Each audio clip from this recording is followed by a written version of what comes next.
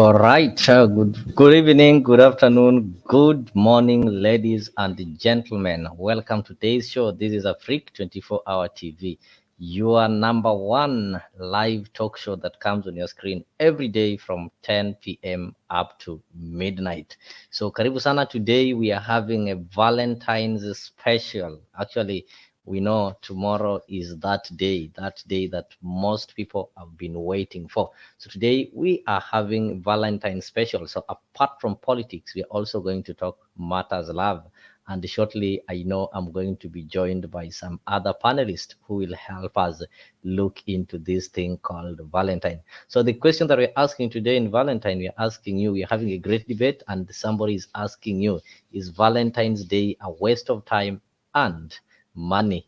Apart from that, I know it depends with you. You'll tell us if it is a waste of time and money or it is okay.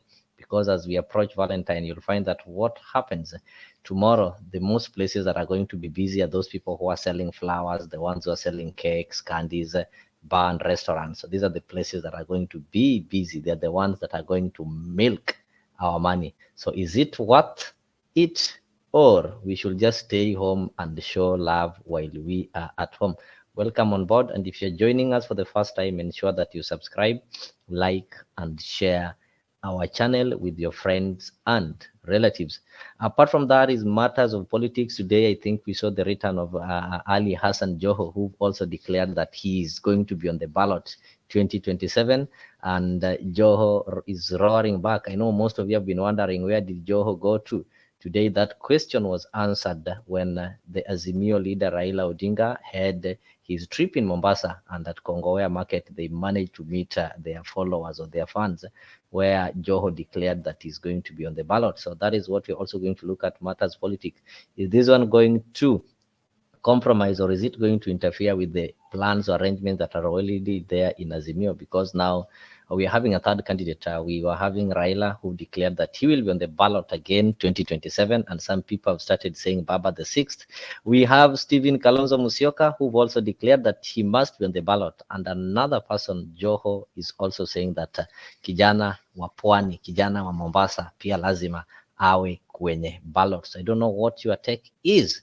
And you know, today even Raila told them that he is going to be the hustlers president. So he's the one who is now going to change. It seems Kenyans easily elect hustlers. So Raila ni kama ameanza kuvalia hiyo nguo ya hustler, and he said he will be the hustlers president. So as we move on, ensure you like the video. Let us know where you are following or where you are watching from, and we move on. This is Valentine special. So you need to show love, and you can also tell us if you believe that Valentine is a waste of time or money. So that's a question that we're asking you. Is Valentine's Day a waste of time and money? If yes, then why do you believe so? Let me play for you just some few videos to let you get updated to what happened today. And for those ones who want to join me in studio, I'm also going to be sharing the link on the comment section so that you can use the link to join the StreamYard. Haya. Kongowea hoye. Kongowea hoye. Vijana hoye. Asanteni sana. Baba amekuja. Amekuja Kongowea. Muna furaha? Muna furaha? Tumerudi. Sasa nyinyi mnajua pale sisi tumetoka. Wakati tulipokuwa tunakwenda kwa uchaguzi, kulikuwa na porojo mingi zaidi. Sisi ni mahasla. Tunaangalia mama mboga, boda boda, jua kali, wale wajonge. Hiyo lugha imekaenda ikapotea. Silipotea. Baada ya wao kuiba ushindi wetu, wakabadilisha lugha, sio? Lakini ili ngawaje waliiba, imeenda ikakwanya kwa koo, imekataa kuteremka, inawanyonga, haitoki. Sawa. Hawa jamaa walikuwa wanatoa ahadi, lakini ilikuwa ahadi ni kama upepo tu, kama kunyamba kwa punda. walikuwa hawana mpango ya kutekeleza hiyo ahadi yao. Sasa baada ya kuingia pale, wamepandisha ushuru kila siku, Tumesema huyu Zakayo ashuke, sishuke. Wangapi nasema Zakayo ashuke? Nione mkono hapa. Zakayo shuka, usiposhuka tutakata miti. Tukate miti.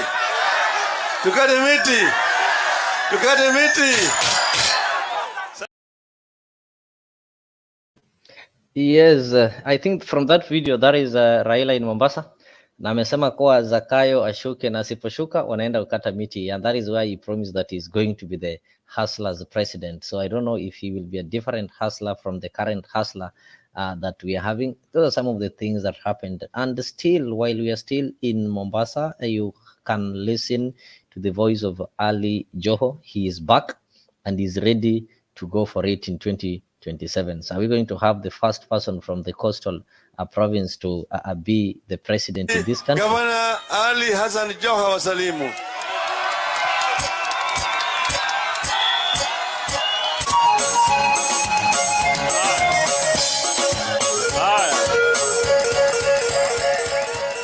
Kongowea oe!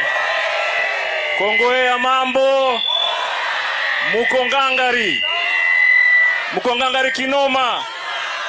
Mimi nataka kumwambia baba, hawa watu ambayo unaona hapa, hawa ndio walinifanya kwa mara ya kwanza nikiwa mbunge wa Kisauni. Hawa wakanifanya nikawa gavana wa kwanza wa Mombasa. Ni kweli si kweli? Ni kweli si kweli? Kwa kutumikia chama gani? Na sisi wana Mombasa ni chama gani? Na hawa ndio watakao kunifanya kuwa rais wa taifa la Kenya siku ikifika. Si namna hiyo? Si mambo ni kujipanga? Si mambo ni nini? Nani amemwambia mtoto ya Mombasa hawezi kuwa rais? Iko mtu amesema namna hiyo? Iko. Ile kitu mbaya, naomba tu tukae imara katika chama cha OD. Tumekubaliana? Hebu tuoneshane kwa mkono namna hii. Mimi nataka niseme kwa heshima kubwa, siwezi ongea sana kwa sababu baba ameshaongea. Lakini kule tunakoenda tutalipua. Na kama ni mbaya, kama ni noma, Mwenyezi Mungu awalinde na awabariki. Your Excellency, nataka kutambua pia vile. Ningependa kutambua uweko wa Deputy Governor Francis Foleni Thoya. Wale ma MCA ambao tulokuwa tumetangamana na wao, alikuwa 1GB wa Shan. Nani mwingine? Na wote wataongea. Yeah, I think you've heard that. That is Ali Hassan Joho. He's back. Na amesema kwa 2027 hata yeye yuko kwenye debe. Let us wait and see. Though Raila also told people that in 2027 ni the national delegates ndio itaamua ni nani atakuwa kwenye debe. There've also been this story. I think we need to follow up on it. The death of Kiptum, and some people have been saying, oh, you see, Kipchoge was not happy with this man. I have a video when Kipchoge really congratulated Kiptum and said he wasn't surprised, and actually he really wished him well when he won and broke his record. Hola, buenas. Bienvenido a Oviedo. Nacho Azparren, de la Nueva España. Yo quería preguntarte por el récord de Kiptum, la marca, y si te sorprendió y qué te parece. I was not surprised about breaking the world record, because I always believe that the beauty of sport is the breaking of records. The beauty of sport is about competition. Sport is about competing.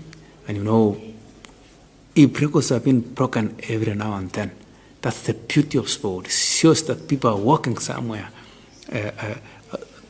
People are setting goals and working on those goals.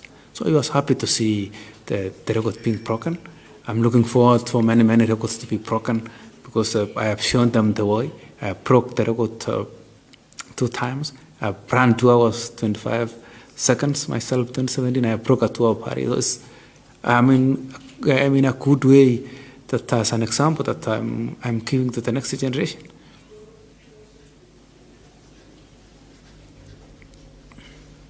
Siguiente pregunta. En la línea de eso, de esta última pregunta, dijo Kiptum que su idea era intentar bajar ese récord de las 2 horas y que era posible. ¿Cuál es su opinión y si cree que también lo puede hacer usted?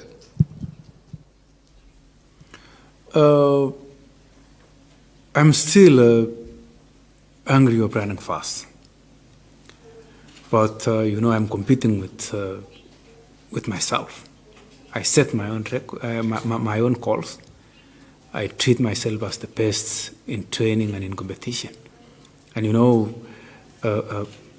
I'm really urging everybody to work on this very hard in order for us to compete, to make sure we break the records. I know it's the only way to enjoy sport. If all of us can compete actually in this competitive sport of marathon, then that's the way to enjoy.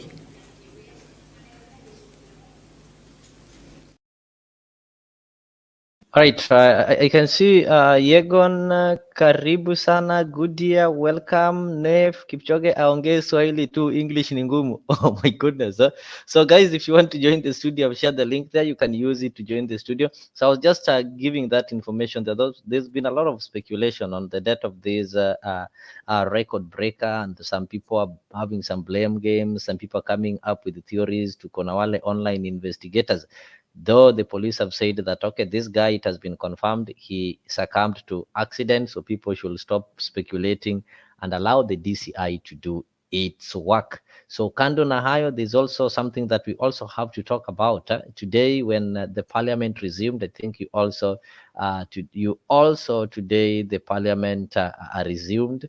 That is after the long recess that they went on December.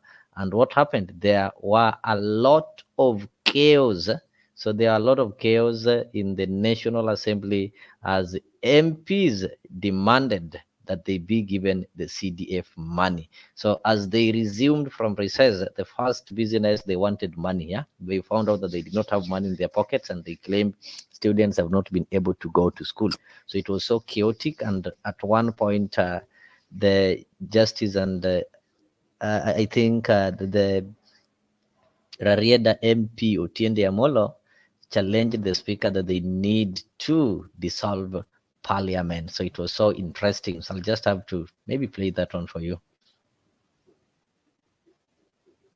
MP, the Honorable Adan Wahilie Kainan CBS MP, the Honorable Tom Joseph Francis Kajwang MP, the Honorable Sarah Paulata Correra MP, the Honorable Joshua Mbidi Mwali MP, and the Honorable Umul Khair Kasim Sheikh MP.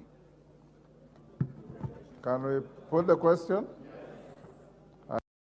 I now put the question, honorable members, which is that pursuant to the provisions of Standing Order 171-1F,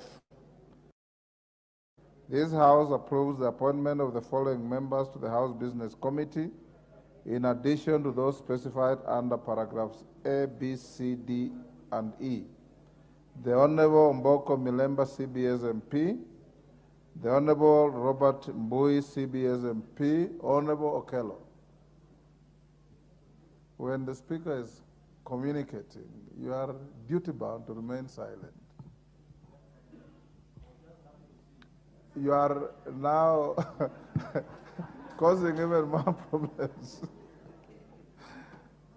The Honorable Faith Wairimu Gitau MP, the Honorable Samuel K. Chepkonga, CBS MP, the Honorable Adan Wahilie Kainan, CBS MP, the Honorable Tom Joseph Francis Kajwang MP, the Honorable Sarah Paulata Correra MP, the Honorable Joshua Mbithi Mwali MP, and the Honorable Umul Khair Kasim Sheikh MP. As members of that opinion say aye. Aye. Will those of the contrary opinion say nay? The ayes have it.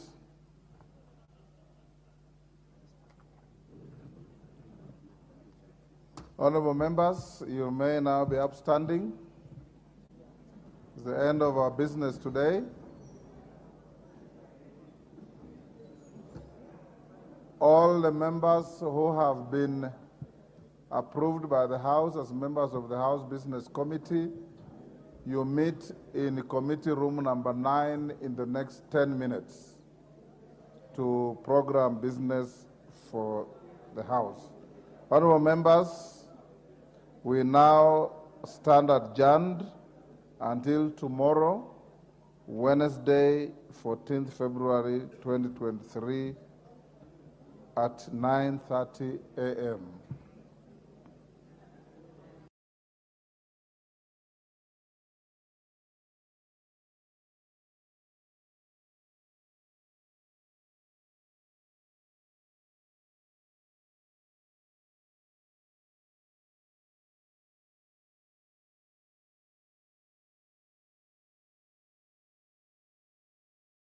Haya, haya, Kongowea hoye, Kongowea hoye, vijana hoye, asanteni sana.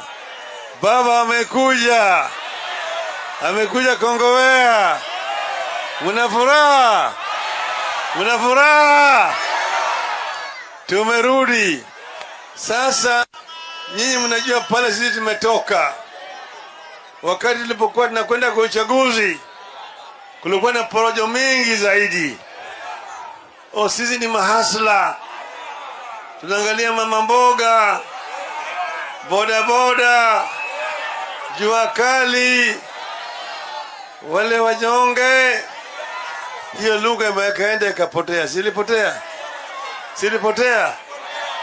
Baada ya wao kuiba ushindi wetu, wakabadilisha lugha, sio? Lakini ili ingawaje waliiba, imeenda ikakwanya kwa koo, imekataa kuteremka, inawanyonga, haitoki. Sawa. Hawa jamaa walikuwa wanatoa ahadi, lakini ilikuwa ahadi ni kama upepo tu, kama kunyamba kwa punda. Walikuwa hawana mpango ya kutekeleza hiyo ahadi yao. Sasa baada ya kuingia pale, wamepandisha ushuru kila siku. Tumesema huyu Zakayo ashuke. Sishuke. Wangapi nasema Zakayo ashuke? Nione mkono hapa. Zakayo shuka. Usiposhuka tutakata miti. Tukate miti.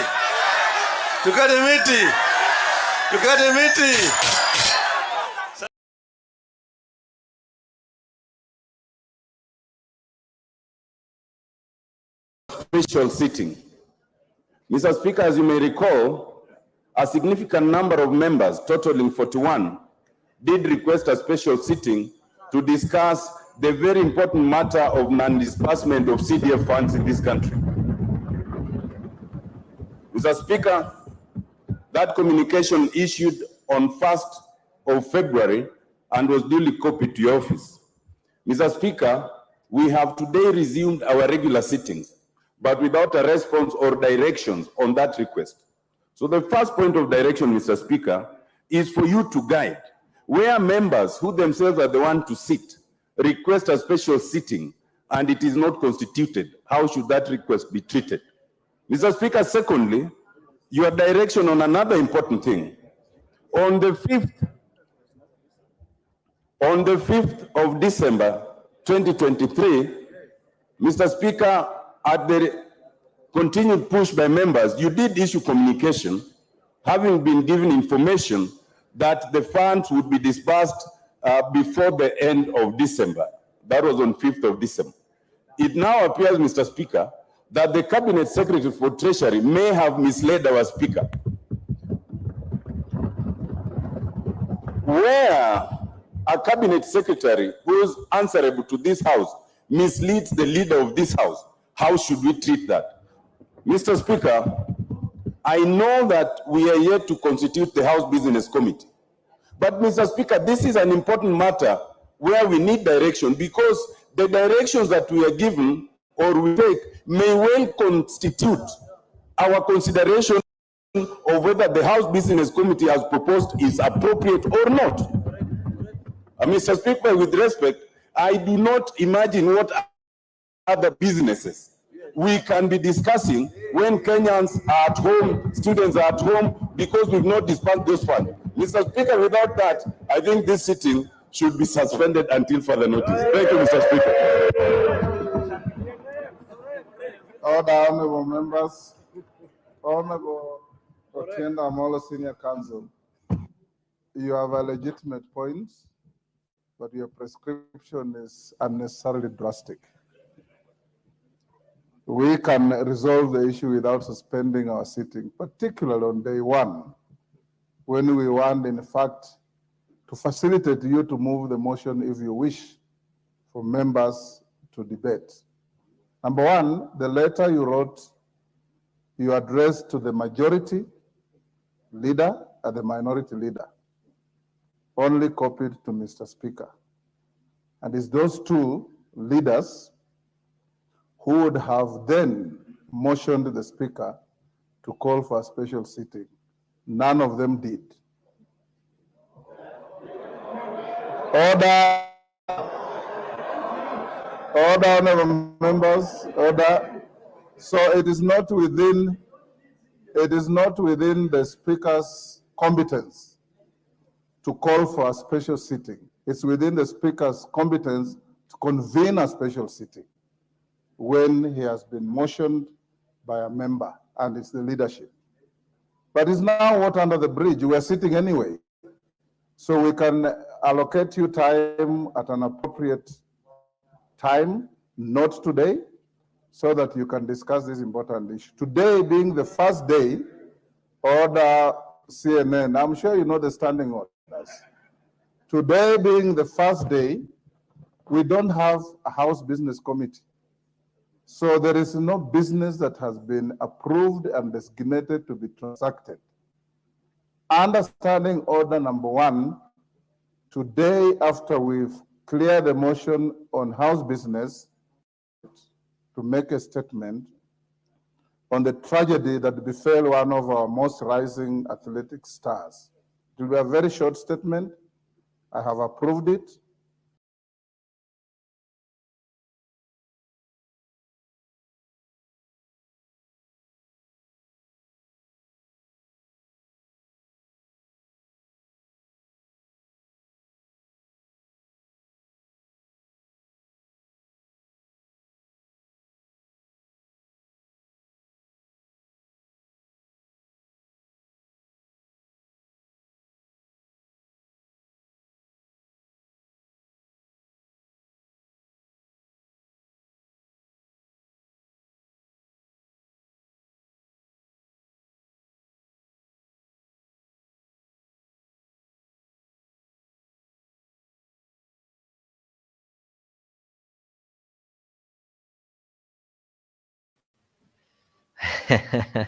Kuna jina ingine hapo sitaki kuitaja, so thank you so much. I can see that name, I can't mention it unless it is not Swahili.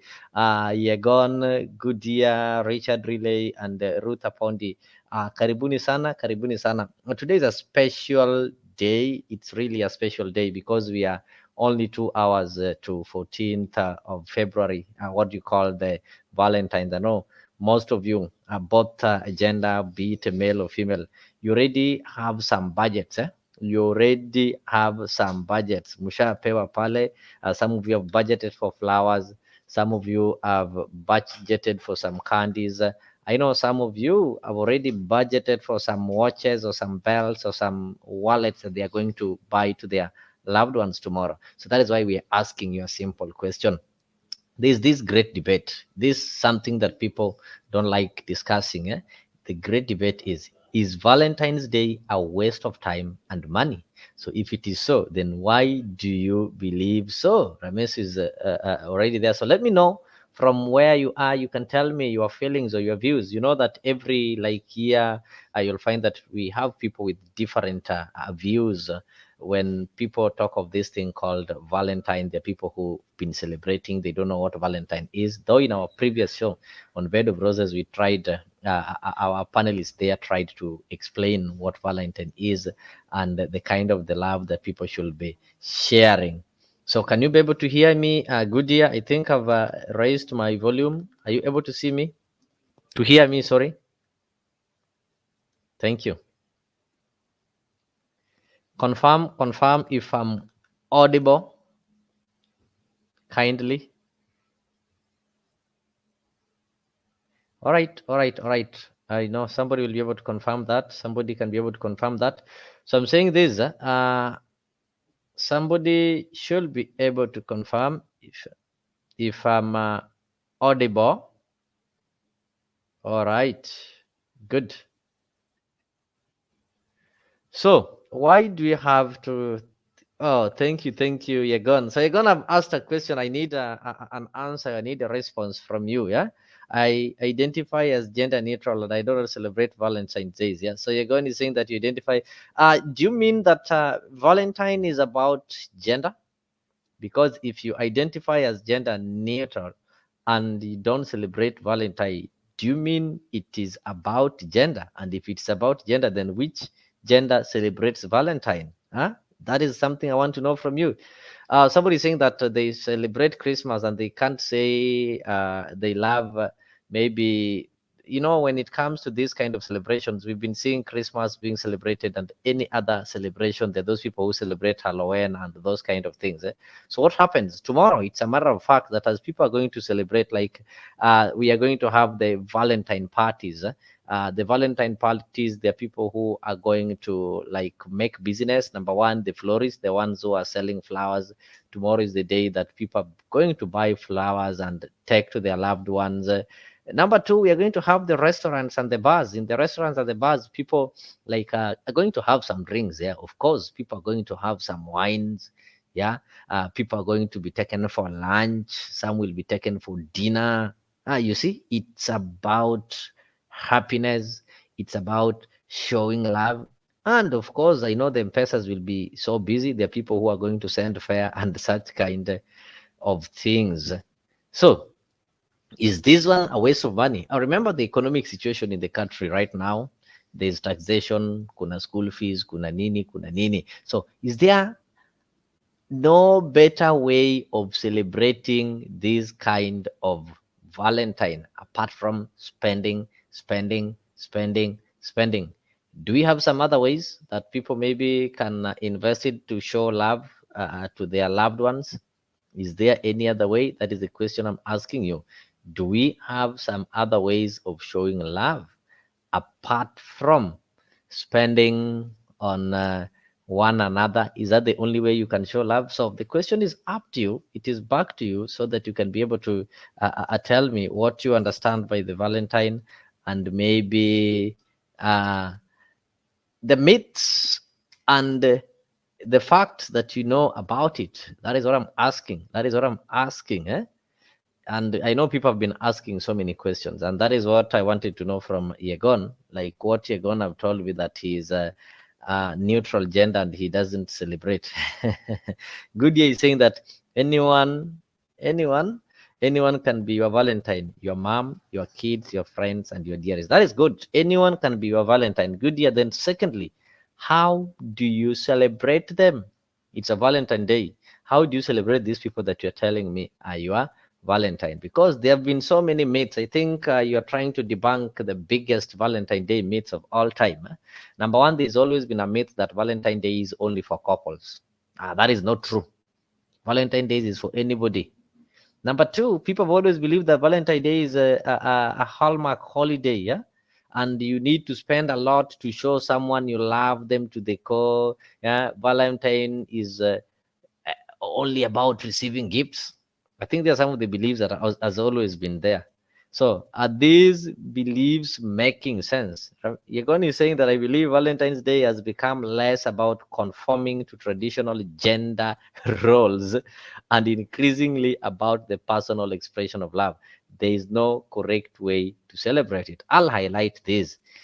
I believe Valentine's Day has become less about conforming to traditional gender roles and increasingly about the personal expression of love. There is no correct way to celebrate it. Well, Valentine is becoming commercial. You should love your spouse every day. Oh, that one sounds great. A good year that Valentine has been commercialized. When it comes to love, you need to love your spouse every day. That is true.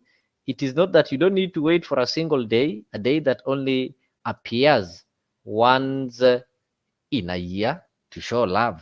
Because once you've known that Valentine is Valentine's Day is an official holiday, yeah, it's an holiday of love that is celebrated every year on February 14th and is recognized as a day of adoration, a day of affection and appreciation, not only by couples but by everybody over the world. This is the day that you need to show some adoration. You need to show your affection, and you also need to appreciate. I think when it comes to appreciation, we need to get a better definition of what it means to appreciate. How do you appreciate someone? Must it involve some monetary value? Is when somebody believes they've been appreciated.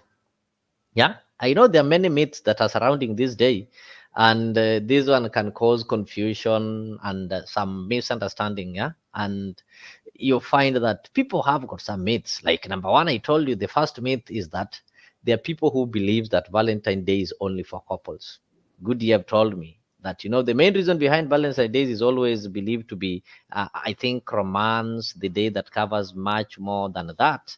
But the ever-growing popularity of celebration is tied to the fact that the term Valentine now implies celebrating other important relationships in person's life. For example, you can decide, tomorrow I'm going to celebrate my friends. Kuna wale majamaa. Tomorrow I'm going to celebrate my family. You can decide to celebrate your co-workers. You can even decide to celebrate your pets at home. Oh, tomorrow I just want to celebrate my pets. I've been having these cats. They've been helping me. Wanashikashika panya. I'll be having this dog. It has been barking whenever strangers come.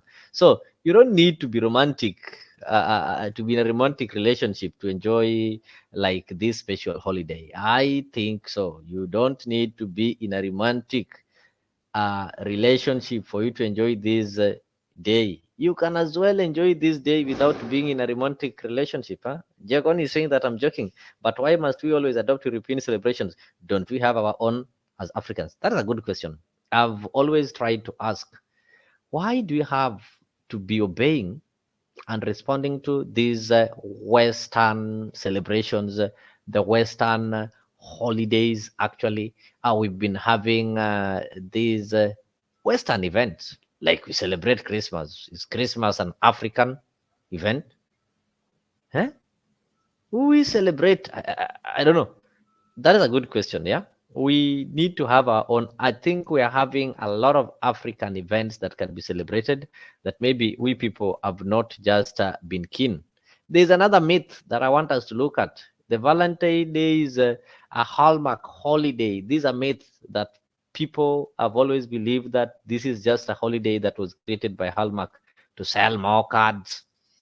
Yeah, we have Valentine gifts. People will be selling flowers. People will be selling cards. And there are some relationships that are going to be broken tomorrow simply because you failed to put on a red dress, or simply because you will fail to give a flower, or simply because you will fail to send that M-Pesa message. I'm telling you, there are some relationships that are going to be shaken tomorrow. Yeah. And as somebody have said, if you trace this Valentine, it is more related to the Roman and the Christian traditions. Yeah, I think so. So we need to get out of it. It is not an important holiday as people believe. For example, tomorrow is Tuesday. Is it true? Is it so? Is it Tuesday? Tomorrow is Wednesday. People will have to go to work as usual. So nobody is going to excuse you because it is Valentine Day. Ukose kwenda kazi alafu ukuje useme, it was Valentine Day, I did not come to work. Don't try that. You have to go to work as usual. This is not a holiday. There is this important thing people say that Valentine Day is only about receiving gifts. Is it true? I know many people believe that Valentine Day is about receiving gifts. But I know it could be further from the truth, because while Valentine gifts are a nice way maybe to show someone you love them, to show someone you care about them, to show someone that maybe you feel them, I think it is not the only way. And the most important thing that people should do on this day is spending time with your loved ones. And in this case, you need to spend time with your loved ones. You express your love and affection. And whether it's through a gift or maybe a gesture or just spending time together, the most important thing is to make a day special and memorable. And we've said you can even spend time with your workmates. You can spend time doing that thing that you love most, doing that thing that you love most. And Rome, you're saying you feel ashamed celebrating holidays that belong to other cultures. But what do you have to say? I don't want to say we've been brainwashed. We've been made to like what belongs to others at the expense of what belongs to us. There are things that we value, like we are Africans, but we value some Western culture, we value Western language, we value Western dressing code, we value Western food than we value ours. Today, I know most of you will be happy to eat some pizza, a hamburger, unlike going for just your normal cassava, your normal gideri. Yeah, it tells how we are obsessed with the Western culture. And actually, this is what's also made us to adopt the Western democracy that is now bringing problems within our country. So, Yagon, you need not to feel, you need to feel ashamed actually that people spend a lot of time celebrating what belongs to other cultures, specifically the Western culture. People spend a lot of time celebrating Christmas. People spend a lot of time celebrating the Valentines and even the birthdays of people who are not even related to us. Why can't we start celebrating our African culture? Why can't we revive and start celebrating the initiation ceremonies? Why can't we celebrate such kind of Africa is having some great culture. We nowadays even feel ashamed speaking our own language. You go to a certain family gathering and you find that somebody tells you they cannot, maybe they are lawyers, I don't know how to speak lawyer, I can only speak English, and they think that is an achievement. How do you call this in Kikuyu? How do you call this in Doluo? You see, such kind of sentiments should always actually they make me feel ashamed, because if somebody who is grown up can tell you that they don't know how to call some things in their native language, but they can pronounce those words in foreign language, it's really shameful. And it tells you why we lost our culture and we bought the Western culture. So I just said a question, and I'm not seeing anybody. Look at China and India. They have built their societies based on their culture. Yet, for us, our children don't even speak. Our children don't even speak their mother tongue, and we don't build anything. That is true. Go to our education system. We borrowed everything from the Western culture, including the language. Our children, as early as baby class, 2 years old, 3 years old, we want to feed their brains with English. We want to feed their brains with French. We want to feed their brains to an extent that nowadays they're even learning Chinese. But when you go to China, these kids are learning everything in Chinese. They are doing medicine. They are engineers. They do everything in Chinese. If you buy some machinery from China, the instructions are written in Chinese. But look at us. We even abolished our own language in schools, whereby if you go to school, children are being punished for speaking their native language. In some schools, they even punish our children, for speaking Swahili. They have Swahili speakers, mother tongue speakers. You get punished. That is how terrible it is. So we need to start looking at that. Giving gifts is a scope of out. So 15 roses for her. 35 pounds in Europe, while they pay the growers peanuts. Oh, this is also an interesting topic. Good, I like it. Tomorrow, there are so many people who are going to buy these flowers. Remember, these flowers are coming from our country. Actually, Kenya boasts as one of the leading uh, exporter of flowers. Actually, we are having flower farmers here. These guys are languishing in poverty. They get some peanuts. And remember, you're telling me you saw some roses being sold at 35 pounds. And how much are flower farmers being given? Doesn't that one maybe talk of the kind of leadership that we have? I think those are some of the areas that the Ministry of Trade need to look into. Some of these contracts that we make with the foreign countries when we sell our flowers. You just talking of flowers, you've not talked of coffee. I hope, good dear, you've gone somewhere to look for some fine coffee. Go try asking them how much do they sell a small cup of coffee. Then come back home. How much do they sell a kilo of coffee? You'll find that the farmers are being exploited. People are making money. People are making money. So such things are things that we need our leaders to intervene. These are the things that we need our leaders maybe to talk about and ensure that our farmers don't get exploited. And specifically, it's so painful that those ones who are in flower industry, despite the cost of how you people buy those flowers, sometimes I normally feel pain and you say that I better go and pluck some flowers somewhere. When you go buy flowers, you won't imagine the amount that you are going to get from your pocket just to get these simple flowers, while those people who do farming, they don't get paid. So that is a great concern. I think the people concerned are going to look into it and they see that our farmers get paid. So tomorrow the flowers will be sold. People will have to get some fun. There are some relationships that are going to be shaken, or there are some relationships that are going to be broken simply because somebody will not give out flowers, or simply because somebody is not going to maybe send that lovely text message, or somebody is not going to post the other one in their status. So watch, take care, and ensure that this single day doesn't interfere with your relationship that you've had throughout the year. Kenya exports flowers to Europe. That is true. The largest flower exporter to Europe is Kenya. It is true. How much are our flowers over there in Europe? How do they cost? They cost a lot of money. But what are our farmers getting? They don't get something nice from it. They just get peanuts. I can see Nancy Nyaswenta, karibu sana. Hello, everything is okay. Happy Valentine in advance. I know it is not yet time, but soon, in few hours from now. I know some people in the countries there, it's already 14th, and they already started receiving flowers.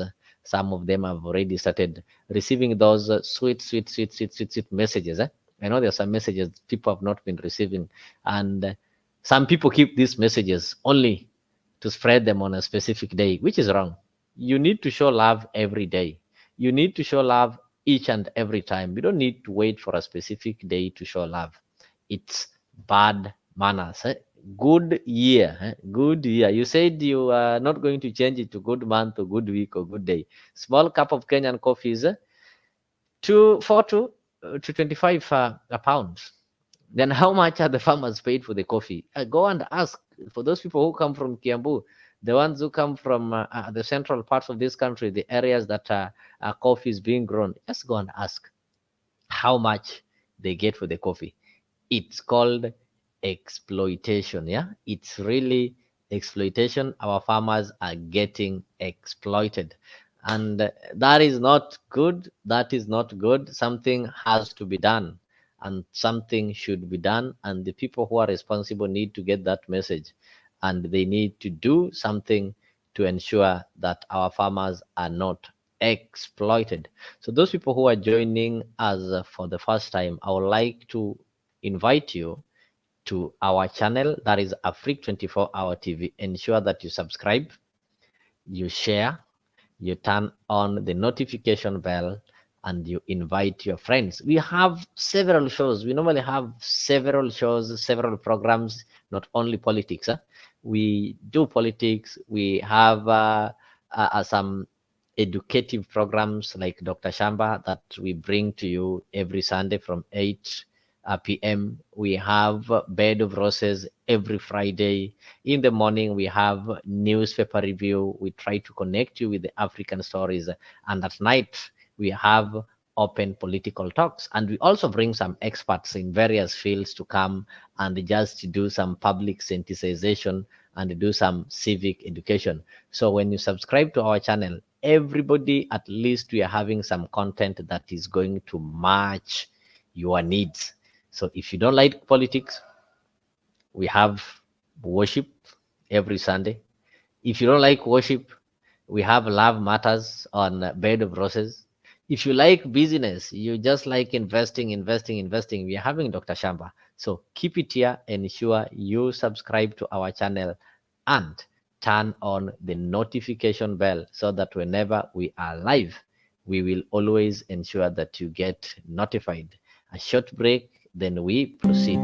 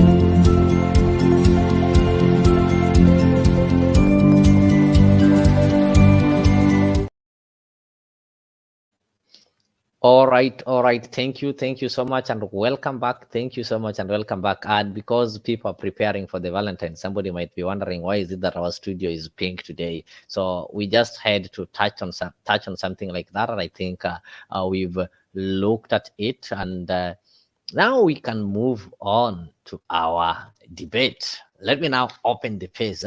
How do we start this debate? We are starting debate with what happened today in Parliament. Remember, today in Parliament, we had the first session after recess. That is the session that we had for 2024. After recess, the members of Parliament were able to respond.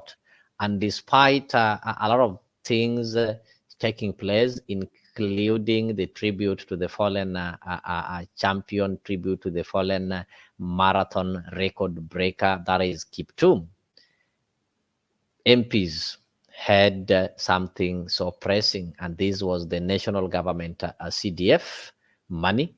They claim that this money has not been channeled to the accounts. Students have not been able to report to school. So that one brings the question that I've been asking, and I want you people to engage on that. Do we really need CDF? That's a big question that I'm asking today. Do we really need CDF? Yeah. Do we need CDF and bursary? So just give me an answer. Just give me a response there. Do we really need CDF and bursary? This is a big question that we need to ask ourselves. You know what happens? You know how this money has always been used. You know things that have been taking place in the use of this money. How does CDF work? In the constituency, we have something called the CDF committee. So the CDF committee, these are people that are supposed to be like elected by members, the registered voters in that constituency. Then after that, there's going to be a CDF chairperson, majorly the chairman or the chair lady, and the member of parliament is just a patron, and there's a CDF account. So this CDF is the money that is normally used in maybe development in education sectors like building CDF schools, rehabilitating the classrooms, and making maybe some improvements in the existing schools, like the perimeter walls and some learning materials. The same money can also be used in security. We've been seeing some MPs building the police stations or the police posts. They've been doing such kind of improvements, buying some more vehicles for the police force and the police within their constituencies, and among other developments. But the most thing that has been abused in this country is this thing called bursary. You find that there is a student who've applied for this bursary.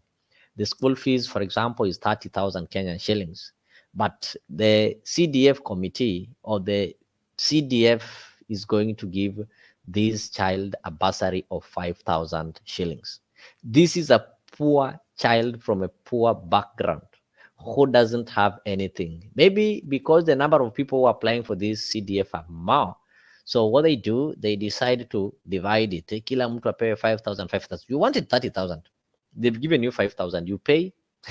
Where are you going to get the remaining 25,000? And you're poor, you're coming from a poor background family. So this is a problem that has always been there. Number two, the other problem is this CDF thing and the bursary have made voters, parents, to worship the members of parliament whom they believe are doing them favor by giving them bursary. You find a parent is praising an MP because they were given 5,000. Eti huyu mbunge ni mzuri. Mimi mtoto wangu alipewa 5,000 bursary. It seems huyu mbunge alitoa pesa kwa mfuko yake akapatia wazazi. So they've used it as a political tool whereby if you did not vote for them, your kids cannot be able to be given this bursary. And remember, there are people who don't vote. There are people who don't participate in elections because it is your democratic right. It is not a must that everybody votes or participates in voting. It is a democratic right that you voluntarily decide to vote or not to vote. So the CDF and the bursary has been used to discriminate those people who vote otherwise or those people who fail to vote. Because ukienda pale, you know, the people who are in these offices, they are normally aligned to a specific member, the specific area member of parliament. So they know, so and so alipiga kura huko, so and so anakwanga mtu ya ole. And maybe the person that you are campaigning for did not make it to become an MP. They know you very well because these are people from a village. Wanajua Mr. X voted for Y, Mr. Z voted for B. So now they'll start asking you, wewe si ulipiga kura, ulipigia X kura na unakuja kutafuta CDF hapa kwa Y. Kwani ulikuwa unadhani hautakuja kutafuta usaidizi? So this is discriminatory. Me, from where I sit, I don't know what you believe in. I think we don't need this CDF. We don't need bursary. And those people who sat in that committee, the task force that was supposed to look at education task force, the first thing they ought to have done was to say that this thing called bursary should be removed because number one, it is discriminatory. Number two, it is illegal. Number three, it is encouraging corruption. Yes, the CDF chairman and the CDF chairladies are the most corrupt in the constituency level because they don't have salaries. These people are not having salary. They are normally given allowances. So how do they make the ends meet? They're the richest and the most corrupt in these villages because they tell you, okay, tutakupatia basari ya 30,000, tutakuandikia basari yako full, lakini wewe utaleta 10,000. So somebody sees, okay, using 10,000 to get 30,000. So it means I'm using 10,000 to get a profit of 20,000. And people invest on it. It becomes business. Yes, it becomes business. That is what happens in our constituencies. So why can't the government come up with a way of ensuring that education is free, for example, in all public secondary schools? Let's say we start with the day schools. For the private schools, you actually have to pay for the accommodation and such kind of things. But for the day schools, why would the government charge money? Again, give you money to go and pay the same government. Because this CDF, the bursary is paid to government schools. So why would a government-owned school, government tell you that the school fees is 10,000, then the same government through the bursary give you 5,000 to go and pay? Why can't they just pay this money directly? Why can't they channel this money to the Ministry of Education? Because this money is just used in building So it becomes a responsibility of the school principals to ensure that, okay, the ministry is giving you this money. We need to see the toilets maintained. We need to see the classrooms maintained and rehabilitated and everything, instead of giving this money to the MPs, and they use it to exploit voters, and they turn themselves into demigods. For me, I'm against bursary. We don't need bursary. We need a working government to ensure that schools are free. This money is paid directly to the school accounts through the Ministry of Education. Then, if you have a child there, they just wake up, pick their bags, go to school, and maybe the only thing you can do is to give them lunch. That is food. And if there's any money that should be paid in these schools, is for food. Isn't that one not possible? I think that's the easiest thing that can be done. Make these schools free. And let those people who have money and they want to spend now go to private schools and pay their money in private schools. But those people who don't have money, the how do you call them? The hustlers, they should go to government school and learn for free. That is my opinion. I don't know what you are saying on your end, but this thing called CDF should be removed. And if you remove CDF, I'm sure we will not have, actually, our elections are not going to be this expensive, because most people campaign using a lot of money, knowing very well that they are going to be having some loose money in the name of bursary and CDF that they can be able to use. But if you make it unavailable, nobody would dare contest to become an MP unless they're ready to go and serve the people. So that being an MP should just be like any other service, like a chief. Yes. So if you're not ready to serve, stay away from politics. So we should make politics clean by removing, like right now, if you look at the elections, the position of a senator, it is not that competitive. Look at the people who are elected as senators. How much do they spend in campaign? It is not that competitive. We don't have as many candidates who want to become senators the way we have those ones who want to become governors, women reps, and the MPs and the MCs, simply because there is no money attached to being a senator. Senators don't have financial allocations. Hawana CDF, hawana ile pesa ya mfuko, so ni ile salary. So people don't want to become senators. So why can't we do the same, so that nobody will want to become an MP unless they are serious? And that is why if you look at the Senate, save for the few, it's more reasonable, with more reasonable people compared to Parliament, which looks like a market. There is every Tom, Dick, and whoever in that Parliament. As long as you can be able to get money, as long as you can be able to, I was elected because I managed CDF very well. Since when did the role of an MPB turn to managing CDF? The role of an MP should remain purely legislation. And most of our MPs, we blame them. They don't make laws, they don't amend laws, they don't legislate, they don't discuss matters affecting constituencies, simply because they are busy managing CDF. I rest my case.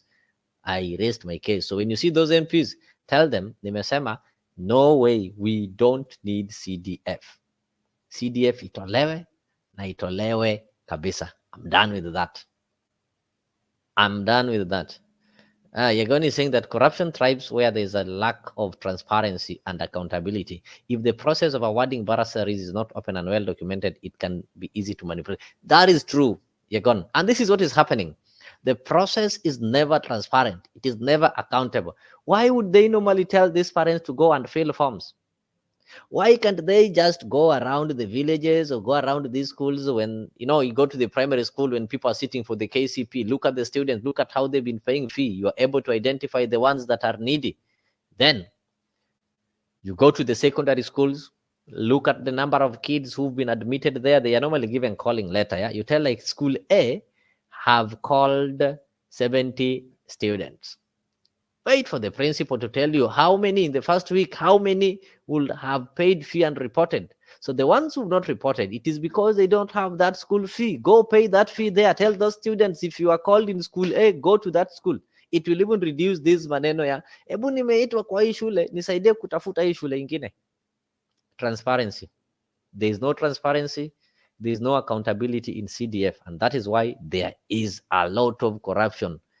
Everybody wants to become an MP because they know there's something called CDF, whereby they can be able to mismanage. Look at the energy that these MPs use in parliament when it comes to matters CDF.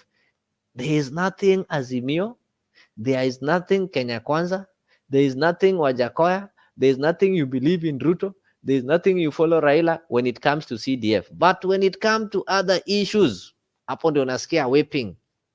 Sisi kama Azimio. But ikuja hii pesa CDF and their salary, look at them. It tells you there is something in between this. This CDF is not benefiting citizens. It is benefiting the MPs more than it benefits citizens. I rest my case. That is why they want it. There are many cases where people forge qualifications to meet bursary eligibility, thus denying this. That is true. How many people have you seen are getting the bursary yet they don't even come from that constituency? How many people have you heard that they get their money paid full, even the ones in boarding? Boarding. They get their fee paid fully. Yet, others don't get. You've seen the most needy on internet, wako pale Facebook, wamebeba vibango, wako pale YouTube, wanataka wachangiwe. Then you ask yourself, what is the role of CDF? See, nilisikia this constituency gave CDF.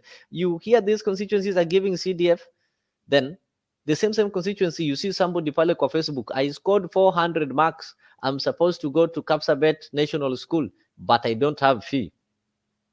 It tells you the process is not transparent. Geoffrey Ruto, karibu sana. Removing bursary will never change anything. The president will have the same money to buy these members of parliament. Oh, that is true. The president will have the same money. But when you remove the bursary, we are going to have reasonable and responsible leaders in that parliament who know their role is to make laws. Giving the money with the president, how is that going to help? The president is able to give them money because we have people who don't have their own role. We have people who will tell their constituencies that tulienda state house kutafuta development. But if you have an MP who knows that they go to parliament to make laws, they will realize that they don't need to go to state house to make laws. They don't need to be in the party that has formed the government to make laws. They don't need to be in a party that supports Raila Amolo Odinga to make laws. They only need to be an MP, whether independent or with the party or with no party. You can make law, and that is your role, is to make law, to amend law, to vet, and to... Exactly. So I think removing bursary, if you remove bursary today, Geoffrey Ruto, I can tell you, half of those in parliament will not make it back. Tell me of any MP that people praise and ask people, why do you like this MP? They'll say, because amejua ku manage bursary. Is the role of managing bursary the role of an MP? No. We are having a national government constituency development fund, the CDF committee with the chair. The MP is a patron. The patron is just to be there to give you advice, of which it is not a must that you take the advice. But we get it wrong because even the people who are in this committee, people don't elect them. Actually, it is the MP who comes up with the list and do some mock elections. So unapata the person who campaigned for the MP ndiye atakuwa CDF chairperson. The cousin to the MP ndiye atakuwa secretary. The girlfriend or the boyfriend to the MP ndiye atakuwa member of the committee. So that is where we get wrong as a country. And this bursary is what is killing our education system. It's so simple. This money that the government is giving, why will the government make education expensive, then create a fund called bursary so that you give the citizens to pay for education? Is it not simple to make education free and accessible to every Kenyan? Then you won't need to give bursaries. Why would I raise the price of a cup and say this cap is 200 Kenyan shillings, then I give you 100 to top up. Is it not sensible to remove the extra amount? Why would I make it expensive then give you money to go and pay for it? If I can just remove that expense, it doesn't make sense. These kind of bursaries nonsense are only in poor, corrupt, and disorganized countries like Kenya. We need to keep off it. That's it. We need to have this debate once and for all, so that the MPs should know that that thing is illegal. It is illegal, and Kenyans don't want it. Full stop. Ama kuna kitu ingine? Hakuna. There's nothing else. Yes, there's also another story here. All right, I got it. Hey, this thing called Azimio. Azimio is really organizing themselves for the 2027 elections. Azimio are really organizing themselves for 2027 elections. As you can see, somebody who've missing finally, somebody who've been missing finally came back. That is Ali Hassan Joho, governor mwenyewe, and he came back na makelele. Kijana ya pwani pia anataka kuwa rais. The son of, it's called Kalonzo Musyoka, pia anataka kuwa rais. Na huko baba pia nawaambia Mama Ida bado hajasema amezeeka. Mama Ida hajasema amezeeka. Maybe before I go to the return of Joho, do I have that on for? Oh, I'll get you that. I'll get you that on later. Before I go to the return of Joho, there's something happening in Azimio. There is something happening in Azimio. The candidates wanaongezeka. The candidates wanaongezeka. Like, what do I mean? I mean this. Raila is there. I'll play you what his brother had to say. Ali Hassan Joho pia amejileta, sindio? He also wants to be there. And Kalonzo Musyoka is also there. So who do you think is going to battle it with William Ruto? Yesterday we had a show here and we were looking at the succession of the Azimio succession. And most people said that, you see, the only person in Azimio who has got the guts to face and even to finally battle William Ruto is Raila Odinga. But today, Simba wa Pwani amejitokeza. Let us start with this. Raila is not expired. Raila is still strong. If Oburu, his brother, is this strong, then how about Raila, just a child who was born yesterday?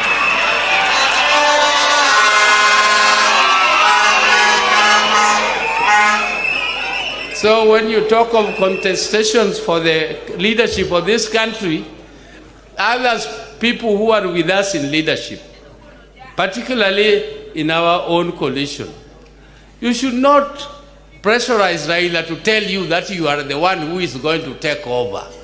No, just talk to people. Come even here. If you force Raila to tell our people that they should elect you or they should nominate you to be their presidential candidate, without talking to them, without convincing them, they will not vote for you. So just come out and compete. Let Raila also be in the ballot. Let us be democratic. Let us select one best leader who will give us the leadership of this country. Let us not talk about it too early. Let us give everybody a chance, including Raila. Oh, good year.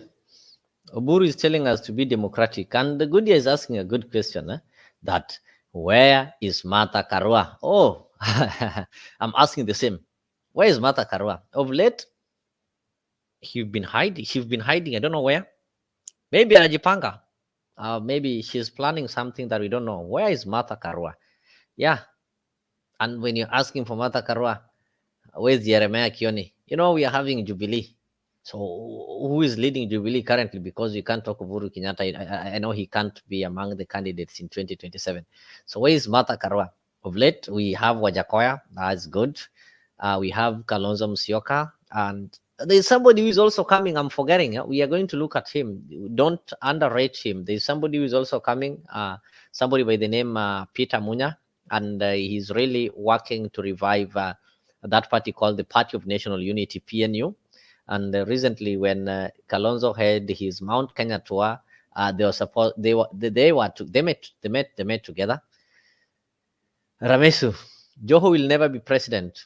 Even Oscar Sudi has more chances of becoming president than he does. What? What do you mean? So you're comparing Joho to Oscar Sudi, engineer. All right. You have your reasons. I know you'll explain it. Azimio is broken. And there's no way round of fixing it. Good year. Can you expound on this? How? Azimio is one. I'll show you. Have videos. Azimio said they are one. And Raila said they're going to have what is called a National Delegates Committee who will decide who will be on the ballot. Eli Karibu Sana, long time. Azimio candidates are Sugoiman candidates. They have to fill the vacuum. People like Mburu yesterday,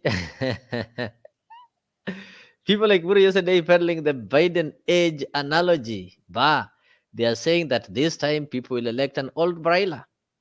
No, but Eli, these people are saying, you know, when you do some opinion polls, you cannot talk of the people who've not contested. You cannot talk of the people who've not expressed their intention to contest. Like today, we've added Joho in the list because he's declared that, okay, hata kijana wa pwani anaweza. So they are arguing that it is safe to elect an all Raila. This nonsense. Did you just say that? All right. The fact is that tribalist cartels will never allow a Luo president. Oh, I get it. That one sounds, different. And we need to have this conversation. Why is it that these cartels will never allow a Luo president? How powerful are these cartels? Are they not the same cartels who are said will never allow Ruto to become the president? Eli, I'm speaking to you. Are these not the same cartels whom people said and shouted on our ears that they will never allow Ruto to be president? No, I listened to Raila today. He said he's going to be the hustler president. Maybe the only way to become a president, to beat the cartels, you have to identify with the hustlers. Raila ameona mbele kidogo. What Oburu is trying to put across is Raila will be in the ballot 2027 contest, forgetting that without the Kamba vote, Azimio said it nowhere. But Ruto, it is true. It is not only Oburu. The governor for Mombasa, Sharif Abdul Swamad, said it in Kamkunji last week. And there was a lady who said, Baba the Sixth. But as long as Kalonzo is still with him, what makes you think that if Raila is on the ballot, the Kambas will not vote? I think what you need to say is that if Raila is going to be in the ballot, he needs to have Kalonzo next to him. But, you know, they've done that. Kalonzo have been with Raila for the last 3 elections. And people thought that the next one is going to say Kalonzo Tosha. And the same people also telling us that, you see, Kalonzo awezani na Ruto. Yeah? We Luos will continue voting a Luo president outside Kenya. So, Barack Obama for 2 terms. Oh my goodness, that is great. So that is how Luos console themselves. I have to believe so. Yes, it's true. What happens when it comes to inside Kenya? I think there are more Luos in Kenya than the ones that are outside. So does it mean, okay, That's a story for another day. Let me not get into it that much. But now there's an issue here in Azimio. Somebody's asking, where is Martha Karua? Somebody is saying that Kalonzo hawezani na Ruto. So we have Joho. But Joho, Ruto has told us that Joho cannot become president. I don't know why. I don't know why. Eli, why do you think that people don't like vetting Luos? Why do you think that cartels won't allow a Luo president? What is so scaring in the Luo presidency that cartels will not allow it? I beg to know. I beg to understand.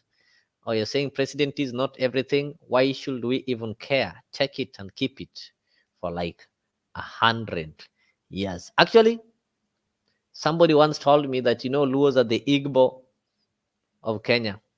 There's a story that is told of the Igbo. And if you can remember the Biafra War, when these guys even decided to form to secede, it didn't last. Millions of people, millions lost lives in a day. And what did they do? Just like after the Second World War, Japan decided to keep off wars and decided to industrialize. And up to date, after every 2 cars that you see, one is from Japan. So I'm told today, if you go to Nigeria, the most successful people in business are the Igbo. The best actors are the Igbo. The most educated, the scholars over there are the Igbo. Musicians, Igbo. So could it be there's something that they learned that the Luos have not learned? 65 plus years of independence. They've been the victims. They've been on the receiving end. Or Eli, are you trying to say that is now the time that they need to call it off and they say, now, we're not interested in politics. We want to look for something else to do. It's, I don't know, you'll have to look at Sudan, Luos from north to south Sudan, warring. Oh, Nef, good evening. Karibu sana. So, what do you imply when you say war? Luos from Sudan, Luos from South Sudan, people are fighting, but Luos in Kenya peaceful. There are no war there. Why are you relating to that? Okay. I get you. This thing that Eli is saying, I just need somebody to explain it to me well. Why is it that the so-called cartels cannot accept to see a Luo president? People said that, okay, now that Raila is growing old, Raila is going to exit the scene. There are some other young Luos. Luos did not stop giving birth. People have started looking at somebody called Babu Owino.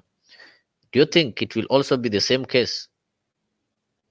Raila will need Kalonzo's votes to win, and Kalonzo will need Raila to win. Exactly.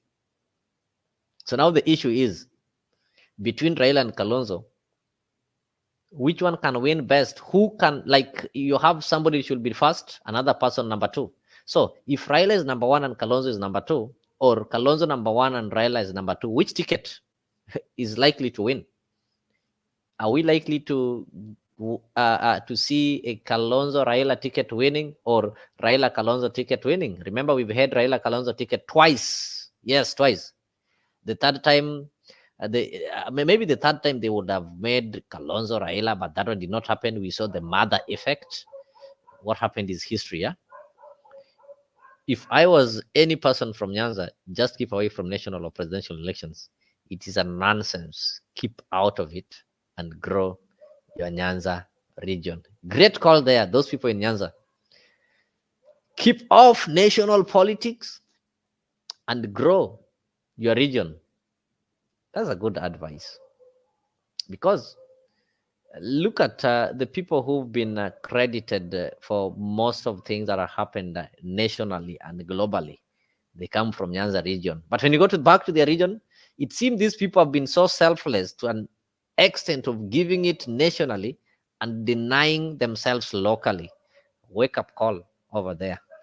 I don't want to say more, but it's a wake up call. So those people, wale wako Nyanza, wale mnasikiza, Eli anawaambia, stop these national things. Stop fighting and dying for the nation. Start fighting and die for yourself. Go back to the village.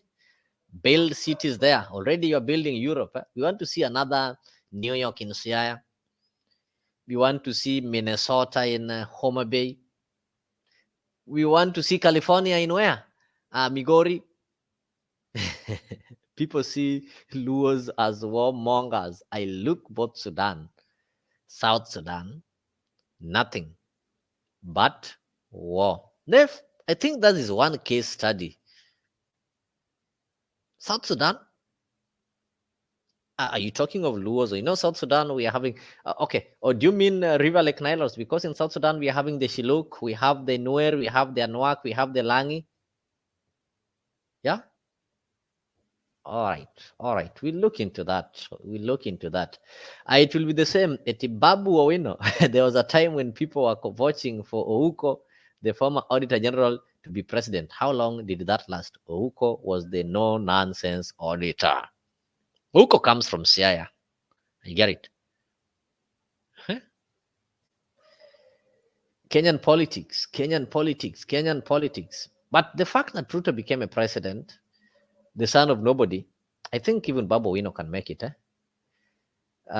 Goodyear is saying they have to negotiate. I know this one you're referring to Kalonzo Musyoka and Raila Odinga.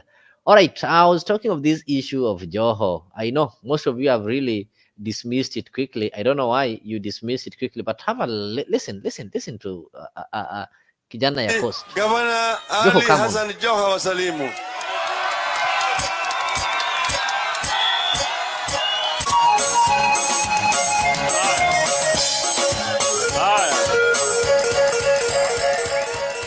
Kongowea oe!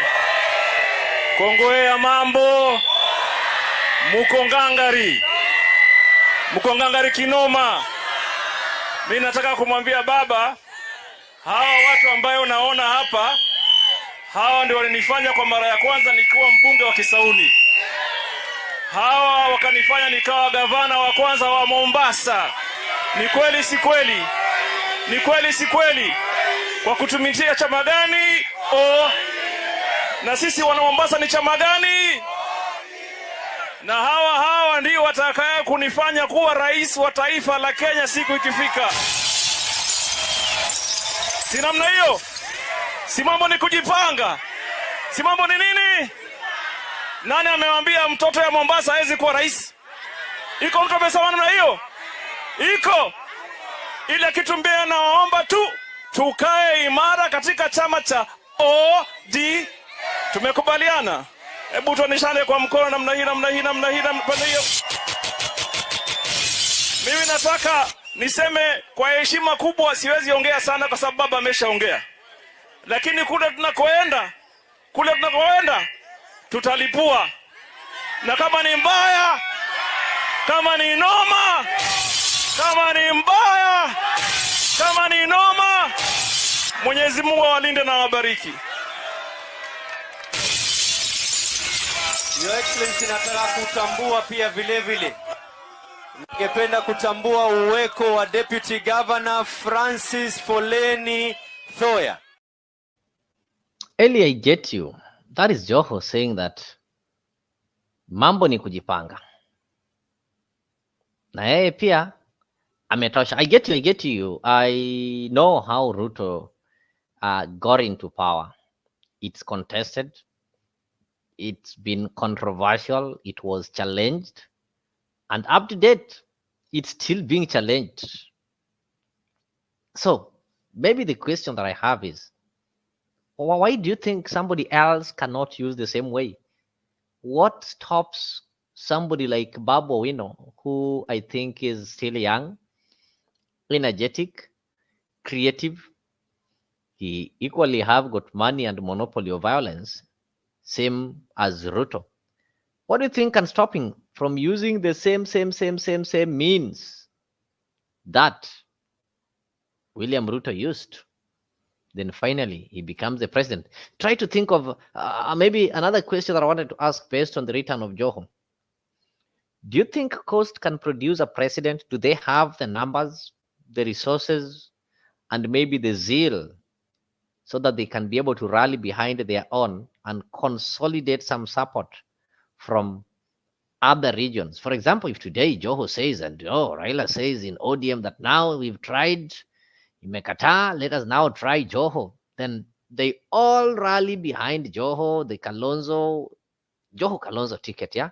Kalonzo rallies behind Joho and Raila and his constituency. Raila doesn't represent Luos, he represents the greater Western, the larger Nyanza, and major towns and cities in this country.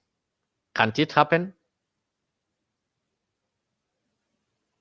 And after he's telling me that both North and the Southern Sudan are Nilotic people. The ones in the North are Muslim Nilots, South are Christian.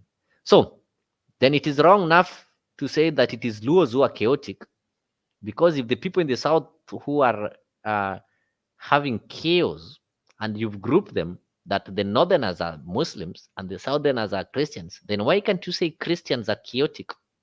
And if the problem is the Northerners, why can't you say Muslims are chaotic? Why do you have to narrow it down to Luos? All right, just a question.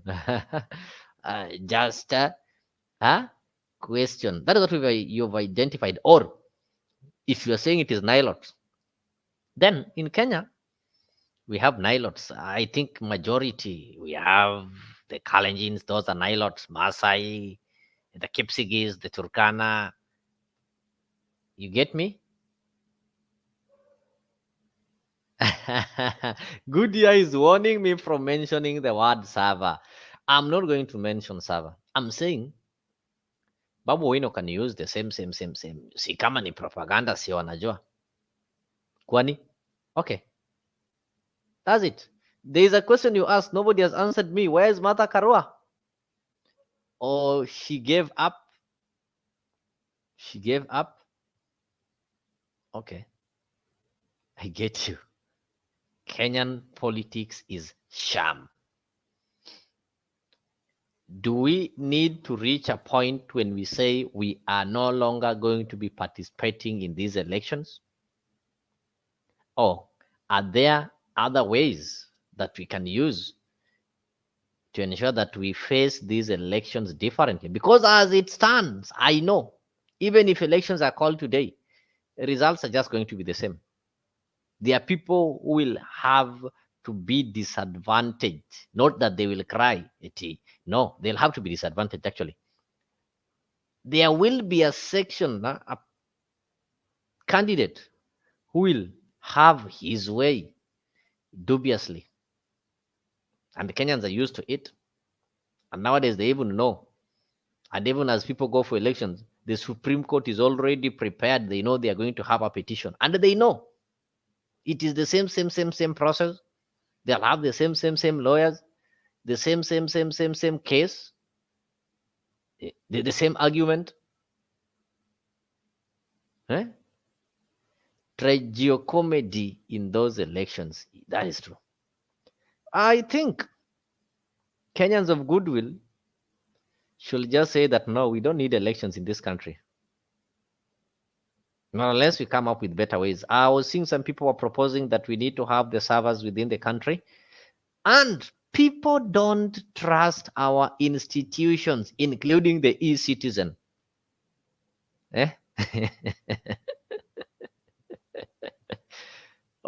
Today, if you read the Daily Nation, of which I read, it had about 3 pages of a broken system. Our systems are broken.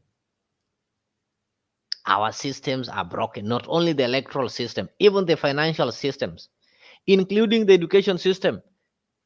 The COOPS portal has been down for the last 4 days, and students are supposed to be placed. They're supposed to choose the respective universities and colleges. That one is not happening. Go to our immigration. People who applied for passport last year, it's a year later, they don't have the passport. But the president has been getting some job opportunities abroad, including yesterday when he met the Paul Kagame of Rwanda. But don't forget that Rwandese or Rwandanese or whatever you call them are flocking our streets, selling jugu karanga, shaving and massaging our boys and men in Nairobi barber shops. But the president secured some job for us over there. So don't worry. We're having a working president, of course. Systems are broken. Nothing is happening at the Nyayo house. Nothing. Nothing. E-citizen ndio hiyo. All right. God will save us. Martha Karua is officially on a baby break. What do you mean? What is baby break? Come on. Or Valentine? And if rumors are right, it seems Wajakoya may have pulled off the ultimate collaboration. You're going to make me understand? I'm a slow learner, okay? I'm a slow learner. Early, when regionalism was purported at Bombers, the wonderful empowerment we expected was a stronger regional county government system. That is true. I think this was in the BBI, whereby they proposed that you see these counties can be like collapsed together to have some strong regional government. I think that can work. We can have something sort of the federal system. And now when you're having the federal system of government, it's easy. You people can be independent. People will lose interest in presidency. Actually, if the regions can work, satisfy them, and fulfill their needs, then this pressure that is normally exerted at the presidency level will reduce. And by that, I think anybody can become anything in this country. Right now, because all the concentration is put on the presidency and with the Ruto government, this pressure will not go down because Ruto is returning the patronage that was there during the Moi regime, whereby the president was seen as a demigod. Like the president and the presidency means everything. Even for your baby to get Panadol, you must pronounce the name president. And that is why when you have weak leaders, like the first timers, you see people like Jalango, they will always make you believe that presidency is everything. I think Eli that makes sense. Federal system. We develop the regions, and in this, nobody will see the need of having a president if these things can happen right at your region without kneeling down and calling the president sweet names. And so be it. If we had a Nigeria like federal system, well, I'm not suggesting that we will experience less corrupt governance. That is true. The corruption is there. But you know, when this corruption is devolved, like when you're having corrupt governance, it is easy for us to identify because imagine, let's say, for example, you're having 400 billion in the hand of one person. 1 billion, you won't be able to realize. But if this 400 billion is divided into 8, everybody is having like 5, 5, 5, 5, 5. There was no way somebody is going to steal 1 billion because it will be huge. It will be realized. There've been corruption in this country since time immemorial, and people have not been getting in touch to it until we had devolution, whereby if somebody steals the little that have been taken to the county, we are able to realize. Federal system of government is the way I support. It will reduce the pressure that we have at the presidency when we'll be having these regional presidents. We have countries like Somalia, they're having the federal system of the government. Despite this country having failed for the last 30 years, they've never had a stable government. But the regional governments, the federal governments are doing great. And that is why the country can still survive. Having war for the last 35 years and they are still surviving, it speaks a lot. You go to some regions like Juba, stable. Go to some regions like Somaliland, stable. Only few regions are not stable. So I think that is the way to go. Ramesu, in other words, Martha Karua is taking time off because she's having a baby. Which baby? Oh, my friend, no. You need to substantiate that. No. Unless the baby there means something else, not the real baby. Word on the street is that Wajakoya might have something to do with it. Oh my goodness. You people can sometimes be evil. Huh?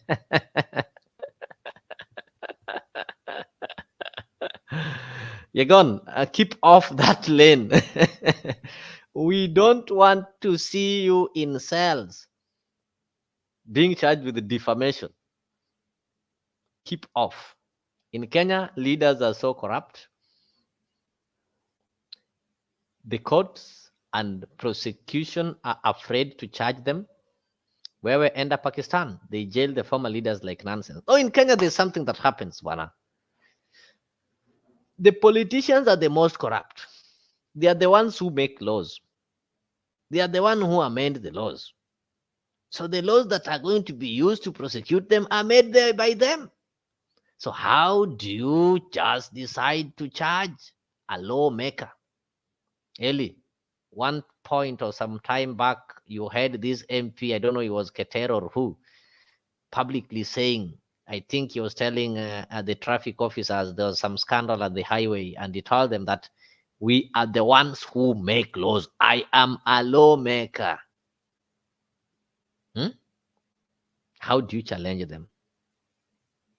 They're the ones who make laws. And that's why there are some laws that they will never make.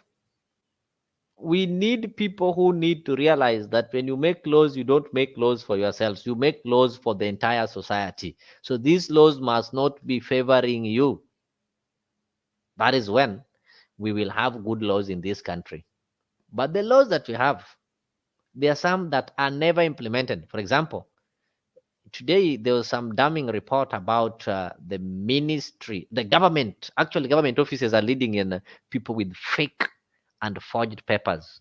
The one leading is the Ministry of Interior. Imagine, Ministry of Interior. The law enforcers, majority of them have got forged academic papers. We are not talking of private sector. You know, Eli, if you're having your own organization, you don't have the capacity to authenticate or maybe to verify somebody's academic credentials. But this is a government offices with all the government resources. They can be able to verify. So people have been there. They've forged papers. They've been promoted. They've been drawing salaries. And those are the people that we expect to change this country. Kenya is sick. Ramesu, why is federal system bad? Can you tell us? Are you one of the people who just want everything to be centralized? You know, once you centralize resources, you centralize services, it makes somebody feel that they need to be worshipped. In a family whereby you have one store, the storekeeper will always feel important, will always intimidate others, will always exploit others, because if he decides to close the store, all of you will go hungry. But if you have open stores, like, you don't need to go to the store to get onga. Onga is everywhere. I think it reduces the powers. So federal system is going to reduce, it's going to prune the powers of the president. Academic credentials are not as effective as ethics, but at the moment somebody decides to forge the academic credentials, it means you lack ethics. Yeah, somebody who is ethical cannot do that. They'll come and tell you that Mimi Eli Omondi Odhiambo, I managed to struggle with the school, lakini shule ilinisinda nikifika form 3. This is what I have to present. Nipatie ile kazi inalingana na ile masomo yangu. That is being ethical. But you know very well, wewe ni Oscar Sudi, mulipigana na shule ikakulemea pale grade 7, but unaenda kutafuta kazi na bachelor's degree in mass communication, first class honors. Really? I know many leaders at the top who never went to school, but they're genuine. They say, we never went to school. There's this thing we can, not everything is academic. There are things that you can do without having some academic qualifications. It is a matter of fact. But why do you have to lie so that you get that thing? When you know very well you can do it without that academic qualification, that is lack of ethics. And we are having a chapter. Is it chapter 6 of the Kenyan Constitution? Never implemented. Good.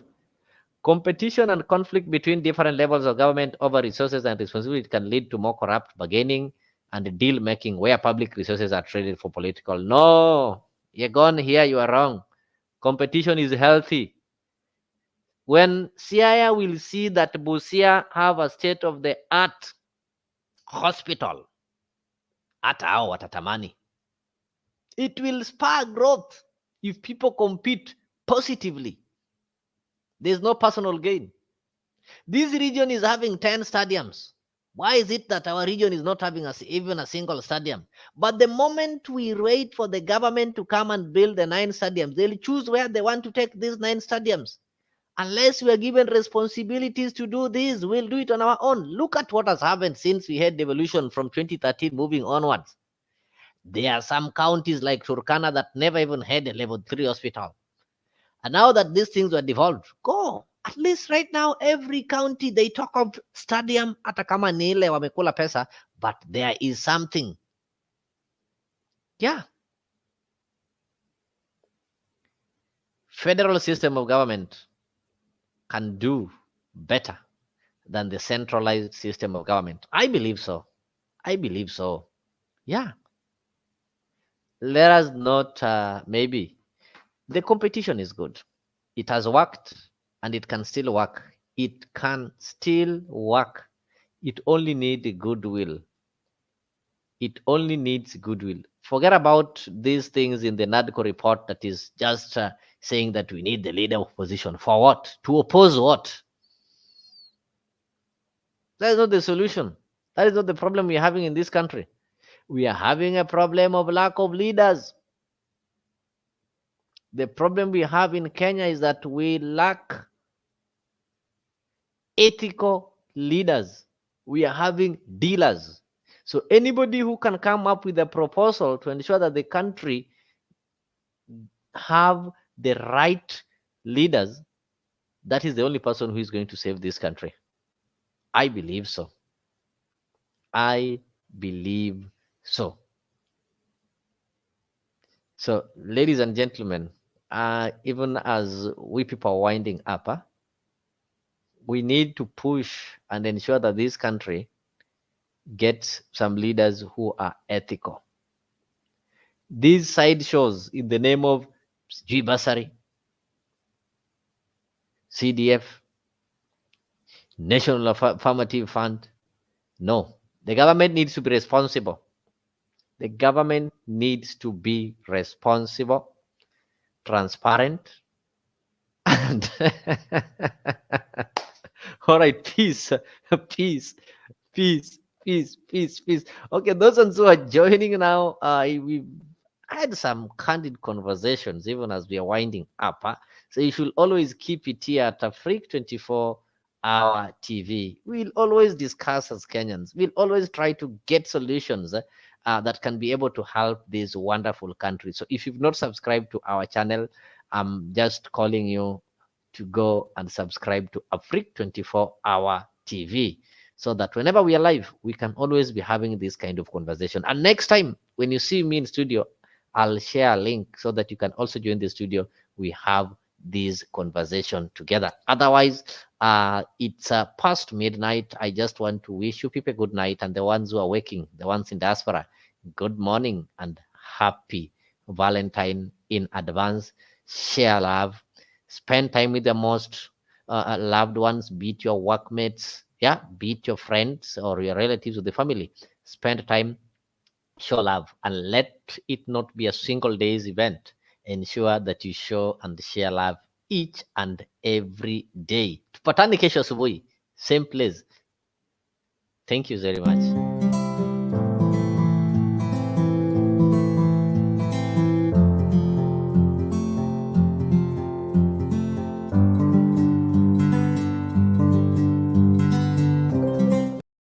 Somebody is asking some nice question, but I fear I can't pronounce that name. Sorry.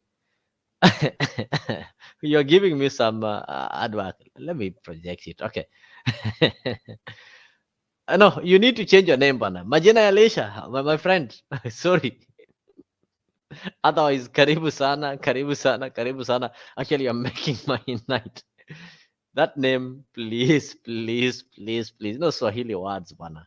We people speak Swahili. I can't pronounce it. It's unprintable name. Thank you.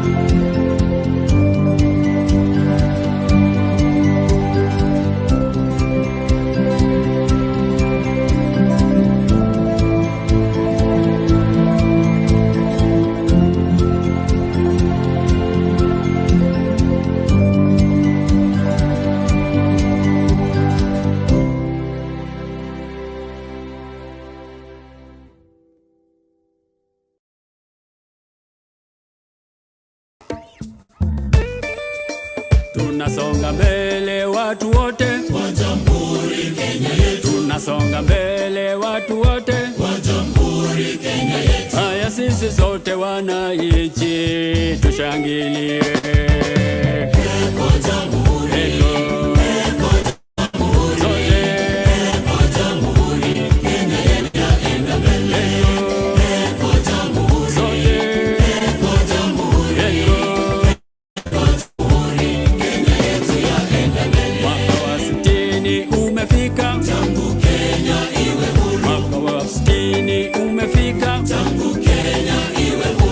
Sisi sote wananchi tushangilie.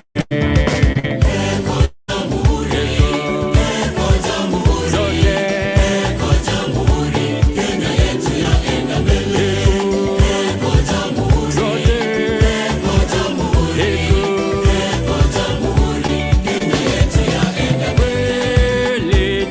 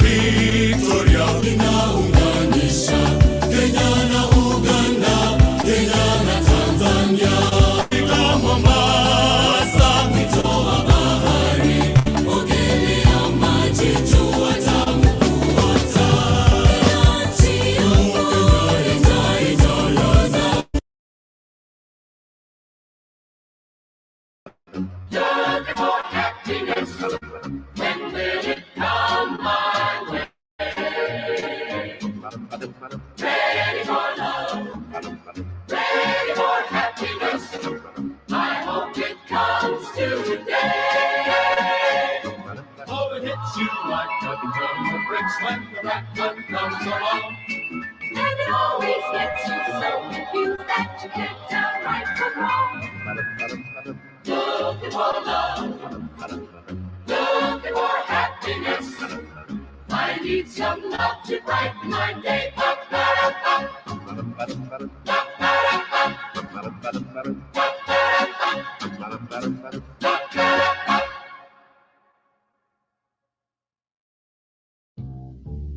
Dum dooby dum whoa, dooby dum whoa, dooby dooby dum whoa. Tonight I fell in love. Whoa, tonight I fell in love. I want the stars to come to know tonight I fell in love. Dooby dooby dum.